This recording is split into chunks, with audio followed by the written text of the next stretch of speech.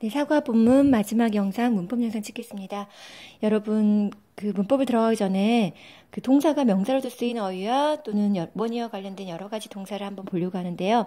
동사와 명사 둘 다 쓰이는 어휘가 있어요. 여러분, 그러한 동사로는 study, comment, name, experience, raise, taste, return, 그다음 pack이라는 단어가 있는데, 물론 이제 이런 단어는 공부하다, 명사를 동사로만 하면 되겠죠. 또는 experience라는 단어도 경험하다라는 뜻이 있고요. 이제 return이라는 단어는 돌아옴 또는 귀환이라는 명사가 있고, 동사로는 돌아오다 이렇게 하면 되겠죠. 그리고 팩은 묶음, 꾸러미, 그리고 동사로는 짐을 싸다 이러한 뜻이 있습니다. 넘겨보겠습니다. 이제 단어와 그 머니와 관련된 동사를 보면 여러분 코스트는 비용이 들다, spend, waste 낭비하다, make money 하면 돈을 벌다, pay for 지불하다, earn도 벌다, gain 얻다, 그다음에 lose가 있다면 raise는 여러분 raise가 올리다도 있지만 모금하다라는 단어도 있죠. 알아두시고요. 그러면 사과에서 첫 번째 중요한 부분 간접 의문문에 대해서 하겠습니다. 여러분 간접 의문문은 선생님이 저 소녀가 누구야? 이렇게 물어보는 건 직접 의문문이에요. 누가 저 소녀야? 저 소녀는 누구야? 라고 물음표를 이용해서 그냥 상대방에게 직접적으로 물어보는 건 직접 의문문인데요. 여러분 I don't know 또는 I want to know know라는 동사의 목적어절로 끼어 들어가면서 간접적으로 물어보는 걸 간접 의문문이라고 합니다. 말 그대로 어휘 그대로 간접, 직접적으로 묻지 않고 뭔가 어떤 거에 이렇게 중간에 들어가서 간접적으로 물어보는 거죠. 그래서 의문사가 있는 간접 의문문이 다른 문장의 목적어 역할을 할 때는 여러분 순서가 중요한데요. 의문사, 주어, 동사의 어순을 갖는다는 거. 여러분 평서문의 어순을 갖죠. I don't know 어떻게 하면 될까요? 간접 의문문은 의문사, who, the girl is 이렇게 하면 되겠죠. 두 번째 간접 의문사가 있는 간접 의문인데 여러분 볼까요? Can you tell me? 너 나에게 말해줄 수 있어?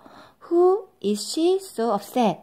왜 그녀가 그렇게 upset, 화가 났어? 여러분 이렇게 해야 되는 문장에서 그냥 왜 그녀가 그렇게 화가 났어? 라고 물어보면 어떻게 될까요? 직접 의문이겠죠. 하지만 Can you tell me? 여러분 tell이라는 동사의 목적어로 간접적으로 물어보는 거죠. 간접 의문은 의문사, 주어, 동사. So upset. 여러분 여기는 마침표일까 의문사일까요? 이 간접 의문문 자체는 마침표입니다. 하지만 제 문장 첫 앞에가 어때요? 의문문의 형태로 시작됐죠? 그래서 물음표를 해주면 되겠죠. 두 번째, I want to know. 나 알고 싶어.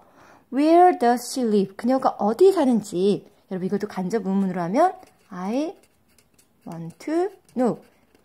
know라는 동사의 목적으로 끼어 들어가면서 간접적으로 물어보는 거죠. 의문사 where, 주어 she.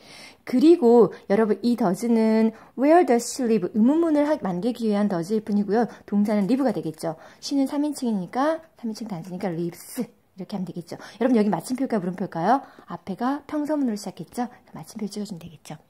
세 번째 의문사가 있는 간접 의문 볼게요. 여러분 I don't know. 난 모르겠어. 끝나고 누가 그 돈을 훔쳤어? 이렇게 물어본 말 있죠. 누가 그 돈을 훔쳤어? 여러분 이렇게 물어보면 직접 의문인데 누가 그 돈을 훔쳤는지 나는 모르겠어 라고 하면 간접적으로 물어보는 간접 의문이 되겠죠.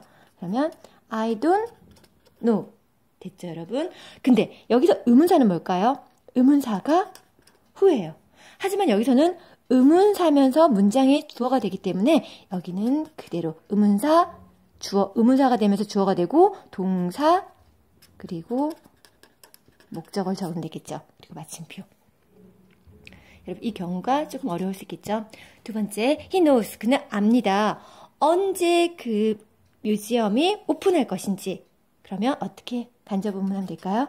he knows. know란 동사의 목적으로 들어간댔죠. 여러분 의문사, 주어가 뭐죠? the museum이 되겠죠. 그리고 will open. 네. 다음 장 가겠습니다. 여러분 사과에서 또 하나 중요한 거는 여러분 should라는 동사, 조동사에 have 플러스 과거분사가 올 때입니다. 여러분 should, have 과거분사는 뭐뭐 했어야 했다라고 하는 거죠. 뭐뭐 했어야 했는데 했나요? 못했나요? 하지 못한 일에 대한 후회나 아쉬움이에요. 그러면 shouldn't가 되면 어떻게 될까요? shouldn't have 하면 뭐뭐 하지 말았어야 했는데 해버린 일이죠. shouldn't가 돼버릴 때는 해버린 일에 대한 후회가 됩니다. 한번 문장 볼까요? She got up late. 그녀는 늦게 일어났다. 그녀는 지난밤에 일찍 잠자리로 들었어야 했는데 잠자리에 들지 못해서 지금 늦게 일어난 거죠. 자, 여러분 여기에 뭐가 들어가야 될까요? should가 들어가야겠죠.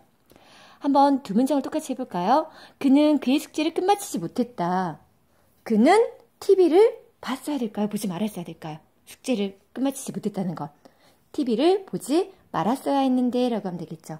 그래서 여러분 여기에는 shouldn't가 들어가겠죠. 그래서 문맥에 맞게 여러분 should가 들어가야 될 자리와 shouldn't가 들어가야 될 자리를 구별하시면 되고요. should든 shouldn't든 have 다음에 과거분사 형태가 올 때는 어떠한 과거에 대한 후회를 나타내는 표현이에요. 후회나 아쉬움.